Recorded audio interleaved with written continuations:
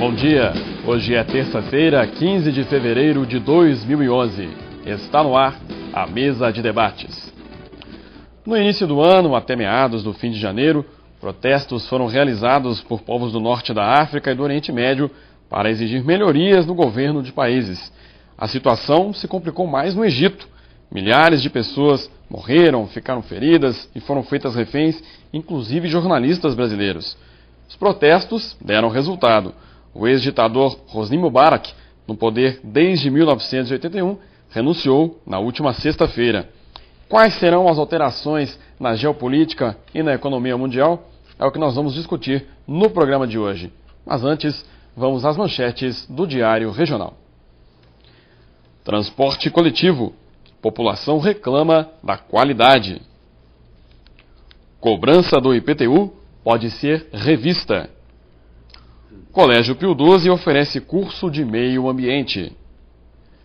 Pagamento de atrasados do INSS será em maio. E na página de esportes, Tupi busca equilíbrio entre ataque e defesa. Essas e outras notícias, as principais informações de Juiz de Fora e região, você lê nas páginas do Diário Regional, sempre em uma banca perto de você. E lembro também que você pode assistir à reprise deste programa hoje às 5h35 da tarde. E às 6h30 você fica bem informado com as notícias de Juiz de Fora e região, como o Jornal da TVE.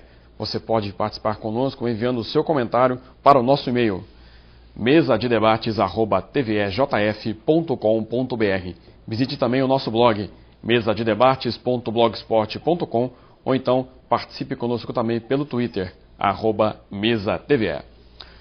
Participam conosco da mesa de debates de hoje como debatedores o jornalista Aníbal Pinto. Bom dia, Aníbal. Bom dia, Marcelo. Bom dia, telespectadores, componentes da mesa. O assunto hoje é o Egito, o Oriente Médio de uma forma geral, democracia. É um assunto bastante interessante, até para que a gente possa entender um pouco o que está acontecendo e discutir as ditaduras convenientes das ditaduras inconvenientes. Também participa conosco do programa de hoje como debatedor empresário Orlando Manera. Bom dia, Manera. Bom dia, Marcelo. Bom dia, Paixão, Vicente, Renan, Steca, saudade do Steca, desde o ano passado que nós não nos encontramos, um amigo. Como ele citou, é o tema do momento, Egito. Então, vamos discutir isso atentamente aí. Dois estiveram no Egito há pouco tempo, eu tenho a impressão até que o Steca foi o que começou a revolução lá, porque ele é meio revolucionário. Até semente. É isso aí. Bom dia para todos. Continuando aqui as nossas apresentações, recebemos o professor da Faculdade de Geografia da Universidade Federal de Juiz de Fora, Vicente Paulo dos Santos. Obrigado pela presença, professor. Bom dia. Satisfação. Bom dia aos telespectadores, à mesa. É uma satisfação estar aqui, podendo trazer uma contribuição da academia, de quem está procurando compreender teoricamente os problemas. É muito salutar poder estar dividindo as discussões com pessoas que estiveram recentemente no Egito, que vivenciaram esse processo de perto. Acho que essa vivência é muito importante e que esse debate possa servir para a gente se pensar num país democrático, num país emergente, que tem um papel importante nesse cenário internacional. Também participa conosco do programa de hoje o professor do curso de Comércio Exterior, do curso de MBE, da Faculdade de Economia da Universidade Federal de Juiz de Fora, Carlos Henrique Paixão. Obrigado pela presença, Carlos. Bom dia. Obrigado. Bom dia, Marcelo. Bom dia, telespectadores. Mesa já devidamente nominadas, de grande vulto. É interessante esse tema, uma vez que nós estamos agora com o advento da comunicação, vivendo em loco. É como se estivéssemos todo dia na Praça Tahrir, Comentamos aqui da questão da queda dos apedrejamentos e tudo, então é interessante a gente poder contribuir no debate de como que nós ficamos economicamente diante dessa situação.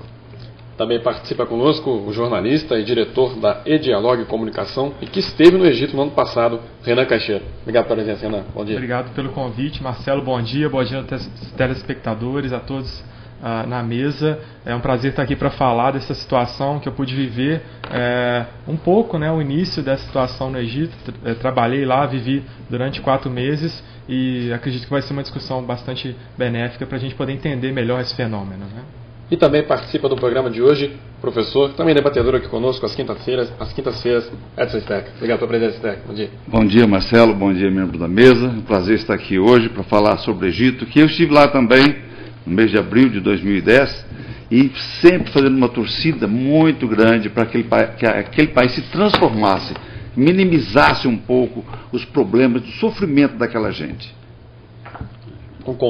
No domingo, o Conselho Militar Supremo do Egito anunciou a suspensão da Constituição, a dissolução do Parlamento e a formação de uma comissão para escrever uma nova carta para o país. Os militares também anunciaram que o chefe do Conselho vai representar o país no exterior e que o primeiro-ministro, Ahmed Shafik, continuará no cargo até a formação de um novo governo. A junta militar prometeu também que a nova Constituição do Egito irá a referendo em 2 meses. Quais as alterações, Vicente, que o mundo pode sentir com essas decisões no Egito? Todo esse processo que acontece no Egito, ele tem que ser visto em escalas diferentes.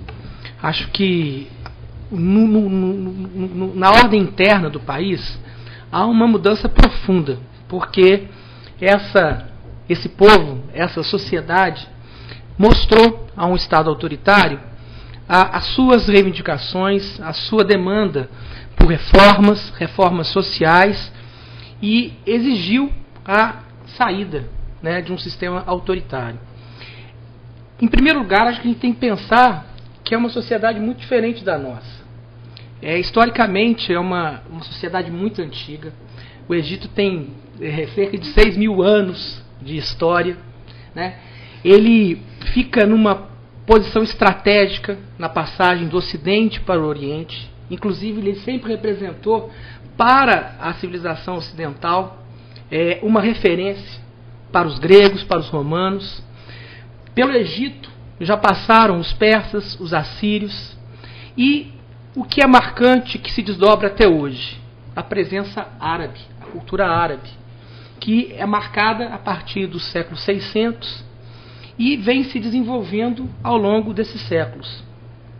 Portanto, hoje, quando a gente fala de um Egito, a gente fala de uma população que é majoritariamente árabe, muçulmana, e que convive com diferenças. Há uma minoria copta, religião católica, ortodoxa, que recentemente, inclusive, sofreu atentados em Alexandria, historicamente também se coloca. Então, o que é preciso compreender é que nós não estamos falando de uma sociedade homogênea, simples. É um processo que precisa ser visto a partir dessas diferenças, né, que estão arraigadas no território. Acho que é importante pensar também a problemática a partir de uma escala regional, como foi colocado aqui no início das apresentações, a questão do Oriente Médio, né? Porque nas últimas décadas o Egito vem representando, de certa maneira, uma aliança com o Ocidente e um apoio fundamental, né, para a geopolítica imperialista dos Estados Unidos em relação a um posicionamento junto a Israel. Isso, inclusive, passa pela questão palestina. Com essa mudança, a gente pode dizer que a região nunca mais vai ser a mesma. Não só essa questão que se desdobra em mudanças, né, regimes que já começam a mostrar sua fragilidade diante do anseio popular. Eu quero voltar, professor Vicente, essa questão da posição política do Egito na região. Certo. Tudo bem que seja uma posição voltada, simpática ao imperialismo, mas também uma posição de equilíbrio entre o fundamentalismo e uma suposta democracia entre os muçulmanos ali. Mas o Egito é a ponta de um processo que apareceu com mais força na mídia. Isso em consequência já de um movimento na Tunísia, para acabar com a autocracia lá também. Já houve alguma coisa na Jordânia, está feia a coisa no Iêmen, na Argélia, e hoje os jornais trazem uma manifestação com muito problema no Irã. Sim. Que é o país mais fechado entre os muçulmanos. Quer dizer, a exceção aqui, a exceção do Irã, foi o que eu tinha colocado mais cedo aqui, a exceção do Irã, todas são ditaduras convenientes. E com as bênçãos dos americanos. Exatamente, convenientes. Que quando o presidente Lula apoiou o Irã, foi massacrado. Quando ele defendeu Fidel Castro, foi massacrado. Agora, os Mubarak da vida, os reis e os outros são convenientes ao ponto de eles significam, eles estabelecem o equilíbrio daquela região para que não haja o crescimento, principalmente dos fundamentalistas. Mais ou menos por aí? Eu concordo. O que eu quero Quer dizer, um efeito dominó aí, né? Isso inclusive tem sido muito veiculado pela mídia. Mas eu estava até colocando aqui nas nossas conversas anteriores assim, a noção de democracia. Parece que a democracia é uma coisa só, que é um modelo universal. A democracia precisa ser compreendida na sua dimensão cultural. É claro que ela pressupõe a participação, a liberdade, a igualdade. Porém, numa cultura como a árabe, qual que é essa noção de democracia? E eu colocava a questão do equilíbrio porque o regime Mubarak representou para os Estados Unidos esse apoio geopolítico. E agora, ponte, né? Exatamente, agora a gente tem um outro quadro geopolítico. Acho que isso que eu quero ressaltar nesse sentido. Porque, veja bem, com isso há uma redefinição de posições. Eu acho que principalmente em Israel agora vai ter mais dificuldade de negociar com o mundo árabe. Por quê? É interessante notar isso. Qualquer regime que assuma o poder no Egito, mais moderado ou menos moderado, não será mais tão conveniente, se a gente pode dizer assim, aos Estados Unidos e a Israel. O que os Estados Unidos vem apostando, né, nas últimas semanas? Porque uma coisa que a gente pode observar o discurso da diplomacia. Ele começa num tom, no início das manifestações. Né?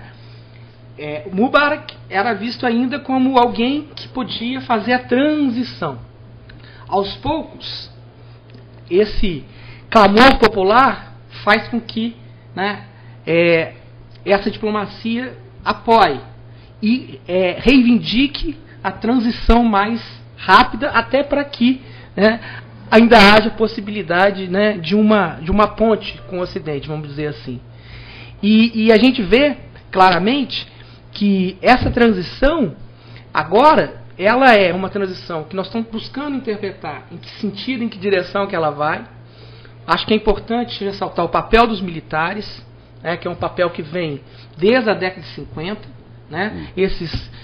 Foi um movimento dos oficiais livres que coloca Nasser, depois Arafat, depois Mubarak, e que sempre, a não ser Nasser, né, tiveram essa aliança com o Ocidente. Então, só para fechar essa primeira colocação, eu acho que é importante a gente pensar que essa mudança ela tem uma repercussão regional que recoloca a correlação de forças no Oriente Médio. Eu entendo assim. Ao invés de Arafat, al-Saddam.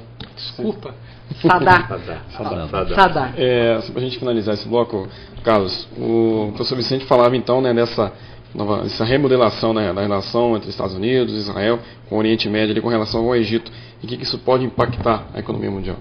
Nós percebemos já que no início da crise, vamos dizer, na verdade, no meio dessa crise, os mercados que são o verdadeiro termômetro são as bolsas de valores, né? As bolsas asiáticas, europeias e americanas, e a nossa também, nosso Bovespa, repercutiu uma certa intranquilidade. Né? A gente percebe que havia uma incerteza, até complementando a fala do professor, e divulgado na mídia internacional, os Estados Unidos não previam, não estavam tão sabedores de mais uma crise internacional. E isso mostra um possível desacerto na sua gestão internacional. E um desacerto na gestão internacional americana significa perda de recursos, desvio de investimentos, quer dizer, uma pedrinha jogada num lago, de repente, lá na Tunísia, pode repercutir, de repente, numa comunidade muçulmana em pleno Suíça, por exemplo, fazendo assim um exagero aqui na fala. Mas, na verdade, esse contexto internacional, o que a gente percebe é essa intranquilidade dos mercados, que agora, definido a princípio, né, a situação política do Egito, volta a ser uma possível normalidade de uma retomada de um crescimento mundial.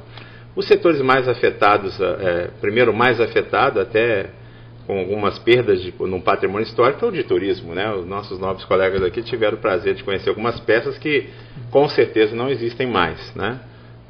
Nesse momento existe até um vandalismo e alguma apropriação indébita de algumas peças de valor inestimável. Mas que é um setor muito importante para o Egito, né?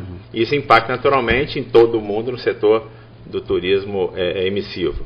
Mas a questão da parte da economia, o postergar de algumas decisões de investimentos, talvez isso não tenha tanto efeito econômico no mundo como um todo, porque o Egito é um país mais ou menos estruturado na sua questão industrial, na sua questão bélica, né? Não houve um desgaste nesses setores, né? A possibilidade de legalização da Irmandade Muçulmana não pode criar um excesso de turbulência no mercado, não? A grande pergunta que é feita é a participação da Irmandade Muçulmana nessa nova questão política do Egito, né? Porque a Irmandade Muçulmana ela sempre esteve presente, ela tem uma participação atuante na política do Egito, mas ela não é tão atuante religiosamente como, por exemplo, no Irã. Então, inclusive, ela não participou efetivamente. A gente percebe que ela ficou num ponto de equilíbrio, assim como o próprio exército, né? Viram as manifestações, mas é uma incógnita, né? O Ocidente tem um certo receio da questão da cultura, da religiosidade, prevalecendo a questão a religiosidade prevalecendo sobre a questão geopolítica. Não queimaram bandeiras, não fizeram nada assim como se faz no Irã, mas sempre existe esse fundamentalismo, ele é enraizado ainda. Uma imagem... E vai nessa discussão o que é democracia para um, o que é democracia para outro. Uma imagem que me marcou muito, que foi inclusive chamada a atenção pelo Trigueiro, quando ele abriu o Jornal das 10, né, na Globo News, foi a Praça Tahrir. Que imagem forte, porque no centro da praça, as cabanas, as tendas. Ao redor das tendas, as pessoas dançando, se confraternizando. E ao redor daqueles que dançavam, aqueles que procuravam Alá. Todos na posição, né, de reverência, naquele movimento. Então, era um movimento que muito simbólico, que chama a atenção do que o Baixão fala, porque talvez no Irã essa unicidade tenha sido algo mais forte para transformar aquele movimento de 79, né, num movimento mais radical em termos da decisão muçulmana.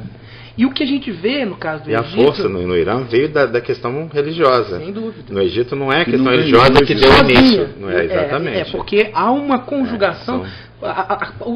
Falando em religião, os próprios jovens católicos, os coptas, eles tiveram um papel importante porque, inclusive, usaram muito essa ferramenta tecnológica, os Twitter, os blogs, né, enfim, internet. Professor, eu peço então para que a gente faça uma pausa aqui no nosso programa. A gente vai entrar nesses detalhes no próximo bloco aqui na mesa de debate.